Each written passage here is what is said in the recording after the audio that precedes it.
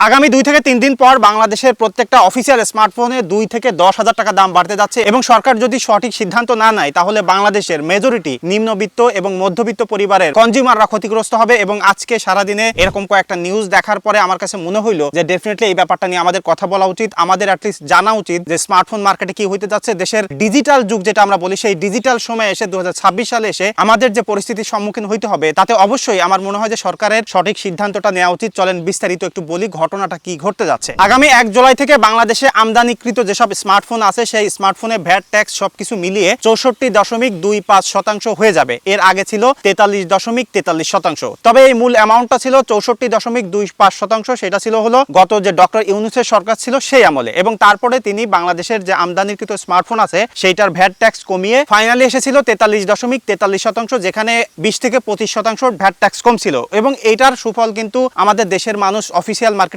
খুব বেশি একটা দেখতে পায়নি। তার কারণ হলো এই ভ্যাট ট্যাক্স কমার কিছুদিন পরে গ্লোবালি স্মার্টফোনের দাম বেড়ে গেছে। বর্তমানে প্রত্যেকটা স্মার্টফোনে আগের যে দাম ছিল তার থেকে 3, 4 বা 5, 7 হাজার টাকা পর্যন্ত বেড়ে গেছে। আমি রিসেন্টলি স্মার্টফোনের মার্কেটে গিয়েছিলাম 10,000 টাকা একটা ফোন কিনতে। আপনারা দেখছিলেন যে 10,000 টাকায় কোনো স্মার্টফোন পাওয়া যায় না, এবং এটার জন্য কিন্তু কোনো সিঙ্গেল স্টেক হোল্ডার দায়ী না, কারণ অ্যাপেলের মতো একটা কোম্পানিও তাদের প্রত্যেকটা প্রোডাক্টের প্রাইস বাড়াইতে বাধ্য হয়েছে। আমাদের দেশের যে পরিস্থিতি আমি বলতেছিলাম যে নিম্নবিত্ত মধ্যবিত্ত মানুষের কেন ক্ষতিগ্রস্ত হবে, তার কারণ হলো কি, যদি অফিসিয়াল ফোনের ভ্যাট ট্যাক্স আবার বেড়ে 64.25% চলে আসে তাহলে বাংলাদেশে বর্তমানে যে ফোন আপনি কিনতেছেন 15,000 টাকা, সেই ফোনটা আপনাকে কিনতে হবে 17,000 টাকার বেশি দিয়ে। আমি একটু এস্টিমেট হিসাব করে দেখলাম যে বাংলাদেশে কিন্তু 10 থেকে 30,000 টাকার মধ্যে বেশি অফিসিয়াল স্মার্টফোন বিক্রি হয়, এবং বাংলাদেশের মোস্ট অফ দ্য জায়গায় আসলে আনঅফিসিয়াল মার্কেটও নয়, যে কারণে মানুষ কিন্তু রিলাই করে অফিসিয়াল মার্কেটের উপরে, এবং অনেকেই কিন্তু কিস্তিতেও ফোন কেনে, কারণ সবাই একদম ফুল অ্যামাউন্ট দিয়ে ফোনও কিনতে পারে না। তো কিস্তিতে কিনতে গেলে অলরেডি ফোনের দাম বেড়ে যায়, তারপরে অলরেডি গ্লোবালি ফোনের দাম বেড়ে যাওয়ার কারণে সেখানে একটা প্রাইস অলরেডি হাইক হয়েছে। এরপরে আগামী 1 জুলাইয়ের পরে বাংলাদেশ সরকার যদি এই যে ভ্যাট ট্যাক্স কমানো ছিল সেইটা যদি বহাল না রাখে, আগের মতো আবার ভ্যাট ট্যাক্স বাড়াই ফেলে, তাইলে কিন্তু প্রত্যেকটা স্মার্টফোনে 2,000 থেকে শুরু করে 10,000 টাকা পর্যন্ত আমাদেরকে বেশি গুনতে হবে। তো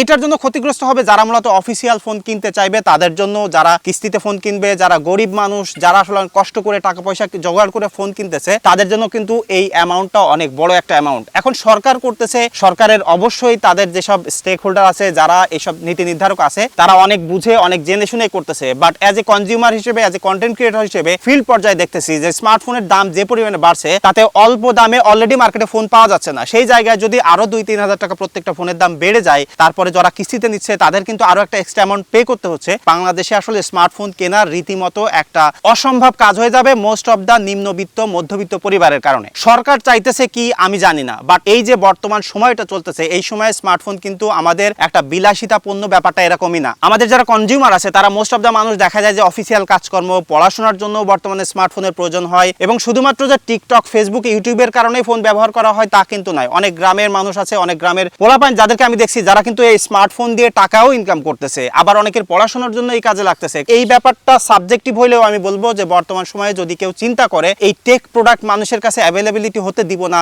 বা এটার প্রতি আসলে ভ্যাট ট্যাক্স বেশি থাকবে, সেটা আমি অবশ্যই বলবো বৈশ্বিক উন্নয়নের সাথে সাথে আমাদের দেশ এগিয়ে যাওয়ার ক্ষেত্রে, বা আমরা যারা ইয়ং জেনারেশন আছি তাদের এগিয়ে যাওয়ার ক্ষেত্রে কিন্তু অবশ্যই স্মার্টফোন বা ল্যাপটপ, ট্যাবলেট এগুলো গুরুত্বপূর্ণ একটা ভূমিকা পালন করে। এবং সেই জায়গায় সরকার যদি এই সিদ্ধান্তে বহাল থাকে তাহলে কিন্তু আমাদের জন্য বা অ্যাজ এ কনজিউমার হিসেবে এটা খারাপ হবে। এখন এই ব্যাপারটা কনফার্ম 100% তা কিন্তু নয়। আমি এখনো পর্যন্ত যেসব নিউজ দেখলাম সেই জায়গা থেকে কনফার্ম হয়েছি যে সিদ্ধান্ত সরকারের পক্ষ থেকে কোনো কিছু জানায়নি। তো এখনো কিন্তু আর 2 দিন আছে যখন আমি ভিডিও করতেছি। 1-2 দিনের মধ্যে যদি সরকার সিদ্ধান্ত নেয় যে অলরেডি যে ভ্যাট ট্যাক্স কমানো আছে সেটা যদি বহাল রাখতে চায়, তাহলে স্মার্টফোনের মার্কেট অলরেডি তো বাড়তি আছে এবং এইভাবেই থাকবে। কিন্তু যদি সরকার সিদ্ধান্ত নেয় তারা ভ্যাট ট্যাক্স বাড়িয়ে দিবে, তাহলে কিন্তু প্রত্যেকটা স্মার্টফোনে আমি যেটা বললাম 2 থেকে 10,000 টাকা বেড়ে যাবে। এখন আপনার কি মতামত, সরকারের আসলে কি করা উচিত? অ্যাজ এ কনজিউমার হিসেবে আপনি কোনটা চান? আর আমার মতামত হইলো টেকনোলজিক্যাল যেসব প্রোডাক্ট আছে সেই সব প্রোডাক্টে ভ্যাট ট্যাক্স বাড়ানো উচিত নয়। তো এই ছিল মোটামুটি আমার পার্সোনাল ওপিনিয়ন। আপনার ওপিনিয়ন কমেন্ট করে জানায়েন। দেখা হচ্ছে পরবর্তী ভিডিওতে।